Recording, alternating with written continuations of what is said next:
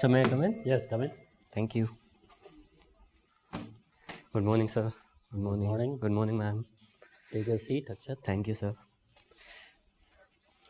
Akshat Jain. Yes, sir. Akshat, give a brief description about yourself. So my name is Akshat Jain. I am 23 years old. I was born in Jaipur, Rajasthan, from where I've done my high schooling. And I've done my bachelor's in design from IIT Guwahati. And so my interests include fitness, swimming, football. And so this is going to be my second attempt at UPSC and my first interview. We are going through your detailed application form. Sir. And we have come to know that both your parents are already civil servants. Yes, sir. They are in the police service or... So my father is in the police service, my mother is in the revenue service. She is in the revenue service. So you are going to be second generation civil servant. Sir. Civil servants have the perception of being elitist. Sir. Why it is so? So it can be attributed to the colonial legacy of our Indian bureaucracy as well. And sir, because there's this perception amongst the common people that bureaucrats, they tend to serve the interest of the elite sections and of themselves.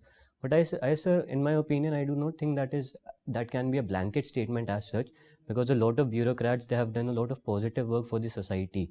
And so that is our intention here as well. So sir, I think that cannot be classified as a blanket statement.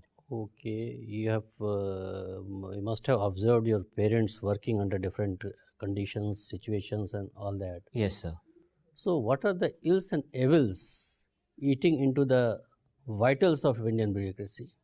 So first of all, sir, the corruption in services is a reality. That is something we need to address. So that is definitely there. And sir, other thing is that, sir, sometimes we tend to overlook merit as compared to factors like seniority and other such factors. So that is something also which my parents have also highlighted to me. So I think these two factors are there. What about nepotism? Sir, nepotism, sir, in bureaucracy, sir, I have personally no particular opinion on that. And political affiliation of bureaucrats? Sir, that is true. So that is one thing we have to address, because so many a times a lot of bureaucrats, they have had political affiliation, and this has affected their spirit of service and their non-partisanship. So that is also an issue. Suppose Akshat, sir, you get into the Indian Administrative Service. Sir, what measures will you take to dispel these feelings among the people of the country or the area where you are working, that you neither believe in corruption, nor in nepotism, nor in casteism, nor you tolerate any inefficiencies? So what measures you will take? So first of all, to tackle the issue of corruption, what I believe is that we need to make use of the technology. We have to enhance this particular technological interface, because that can eliminate a lot of corrupt practices.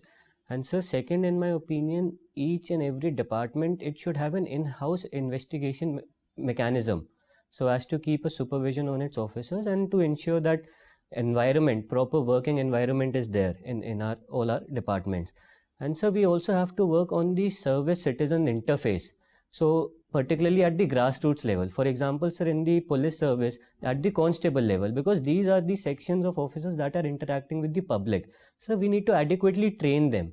And sir, in my opinion, also we need to, like I said, have to periodically train our forces, and especially at the lower levels. So sir, in my opinion, these particular steps are required.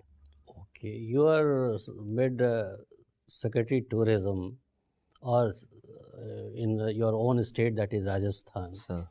And I happen to visit you, call on you, and you are a good friend of mine, and I want you to take me to Jaipur to see the places.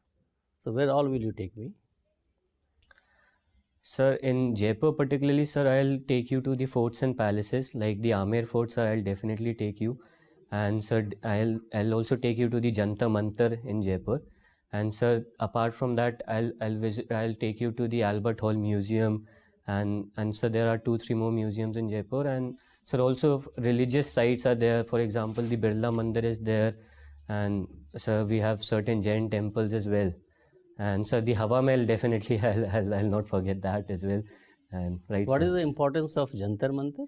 Sir, Jantar Mantar in Jaipur, sir. Sir, specifically in Jaipur or Jaipur Jantar Mantar. Sir, Jantar Mantar is a UNESCO World Heritage Site, sir, first of all. And sir, it is housing the largest stone instrument right now in India, the Jantar Mantar at Jaipur. And sir, obviously it was built by Savai Jai Singh too, who founded Jaipur. And right, sir. So it. Okay, thank you. Thank you, sir. Akshay, you have been Creative's head, entrepreneurial development cell. Right, sir. Did you take any innovative step? Sir, basically my role as a creatives head was to design the various posters, the standees and the video material that was required for different events and festivals conducted by the team. So sir, my role was actually to lead that particular team of 3-4 designers. We were there. So that was the role, and as such, sir, whenever we used to design all these materials, we used to ensure that there's this blend of professionalism and creativity, because after all we were designing for a professional and entrepreneurial event. So sir, who is an entrepreneur? Sir, an entrepreneur is someone, sir, in my opinion, is sir who actually has a problem to solve, and he is going to do that in the most innovative and capable way, efficient way. So in my opinion, that is an entrepreneur. Can you recall the names of some of the important women entrepreneurs right now? Sir, actually I'm not able to recall big names as of now, but sir, for example, in our own college, there was a girl named Swati Jain, who, sir, is the founder of Your Dost. It is a company which is doing very well actually, and sir, that is in the field of emotional wellness. So I can, for example, recall that particular name. Why Chanda Kochar is in news? So Chandra Kochar, sir, she is in news because sir, she was CEO of ICICI Bank, and sir, she has been involved in a conflict of interest case, whereby it has been alleged that she actually favored her husband and in discharging loans from the ICICI to a company that was working in favor to both of them. So sir, a conflict of interest case basically. You have studied anthropology. Yes, sir. Okay. What is archaeological anthropology? Sir, archaeological anthropology is one of the 4 fields of anthropology in which they tend to understand the archaeological history of mankind and relate it with the cultural component. So, sir, that is basically archaeological anthropology. Okay. Right. So, do you have any important anthropologist associated with this archaeological anthropology working? Yes. Sir, right now or in right now? Sir, right now, sir. Sir, right now I'm not able to recall specifically. Okay, recall any name?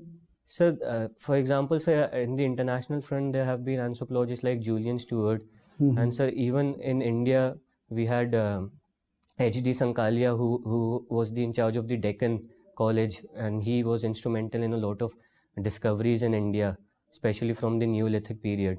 So, sir, they have been there, right? You have referred to Neolithic period. Yes. If we try to compare and contrast the cultures of Neolithic period with that of Iron Age, Sir. What do you find? So actually, Neolithic period marked the revolutionary phase in our mankind, in the sense that we began to domesticate animals and we began to have proper agricultural production. Sir, Iron Age actually was actually kind of, you can say, fast-tracked the process, because through iron implements we were able to clear the forest, we were able to clear the land and bring more land under cultivation, as well as increase our agricultural efficiency. So you can actually say that Iron Age has actually fast-tracked the process that got started in the Neolithic period. So what changes we noticed in the field of cultural evolution? Sir, after the Iron Age? So for example, from Neolithic to Iron Age. Sir, for example, metal has always been a vital part of our culture. So, sir, iron has actually facilitated the coming up of cultural centers. So, sir, definitely there has been that particular factor. Can you recall some name of some important cultural centers in India? Sir, of the Iron Age? Yes, of the Iron Age. Yes, sir. So, for example, we have the Eastern Ganga Valley civilization that was there, that flourished in the Iron Age, and sir, other parts like the Ahar Banas region of Rajasthan was also